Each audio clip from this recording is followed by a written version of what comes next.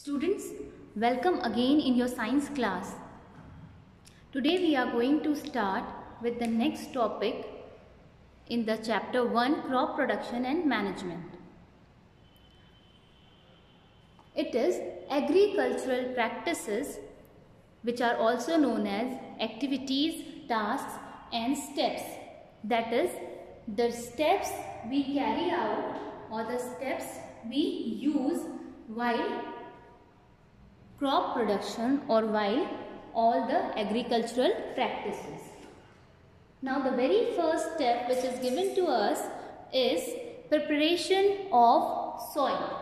Preparation of soil is the process which tells us how the soil is prepared. That means first of all, before starting with the crop production, the actual process, we first have to prepare the soil in which we are going to sow the seeds of the plant or the crop.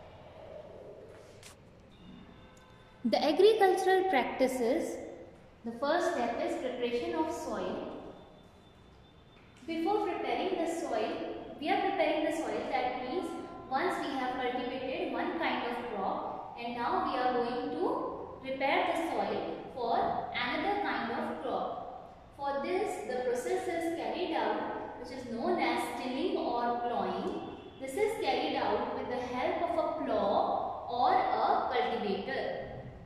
Okay, the process is carried out with the help of a plow, which is a traditional tool, and a cultivator, which is a modern tool. The cultivator is nothing but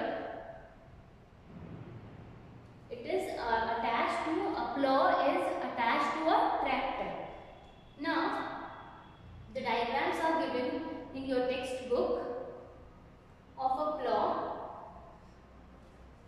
This is a structure which has a plow shaft and a plow shaft.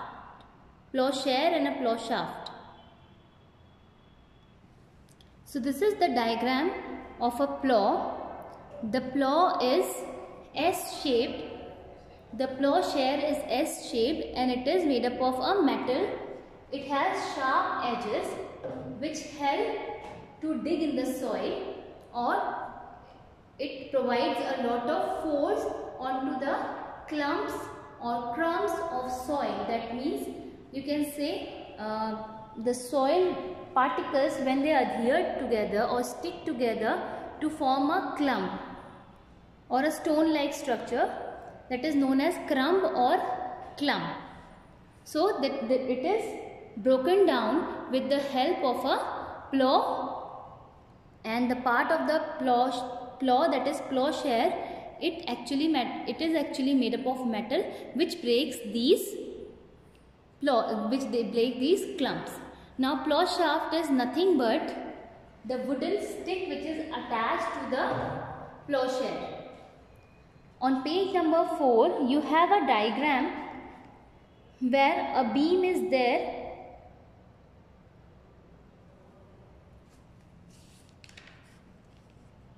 Sorry, it is on page number 3.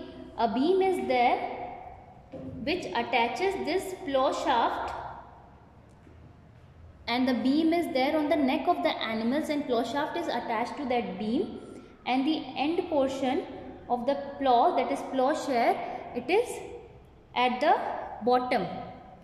It is at the bottom means it is connected to the soil to break the clumps. Now, the process of the next is the cultivator. The diagram of a cultivator is given on page number 4, 1.1, cultivator driven by a tractor. So approximately the same structure of the plow is connected to a tractor, by which the time and labor is reduced for plowing or tilling the land. Now this tilling or plowing is nothing but the process in which the soil is turned up or it is loosened up. So turning and loosening of soil is known as tilling or plowing. Now what is the importance of this turning and loosening? As the soil gets loosened up or the soil particles are separated from one another, it is loosening. So a better aeration is possible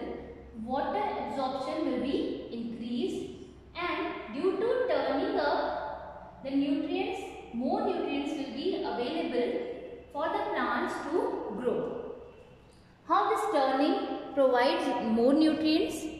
Simply, we all know that the soil has different layers and the nutrients are mostly present in the uppermost layer of the soil, which is the fertile soil. Now, as all the nutrients of this fertile soil are taken up by the crop which was already growing in the field, the first crop we are assuming that this process we are starting after harvesting one crop. So, after this, the nutrients will be less available for the next crop, and hence we have to turn up the soil so that whatever nutrients are there present in the lower layers, they can come up or they can come in the upper layer to increase the fertility of soil. In preparation of soil, we also have to remove weeds with the help of an instrument known as hoe. So what are weeds? Weeds are nothing but the unwanted or undesirable plants which are naturally growing along with the crops that we have to produce. So the crops we are producing along with them certain kinds of unwanted plants are also growing, and we have to reduce all those unwanted plants so that we can the nutrients and water would be maximum available to our crops which we have to grow.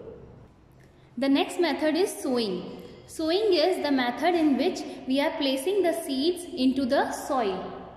Now before sowing this, the seeds will give you an yield. The yield has to be good. So for a better or a good yield, we require a good quality seed, or we require good quality seeds. So first of all, let us see how we can get a good quality of seeds. The seeds are selected by a simple activity which your mother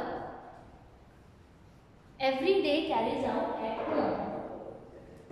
Before cooking any of the seeds, we have to wash the seeds. Your mother used to wash the seeds, and in this washing, some of the seeds are sink at the bottom and some of the seeds will start floating. The seeds which are floating on the top, they are of bad quality as they could be broken down or they could be lighter.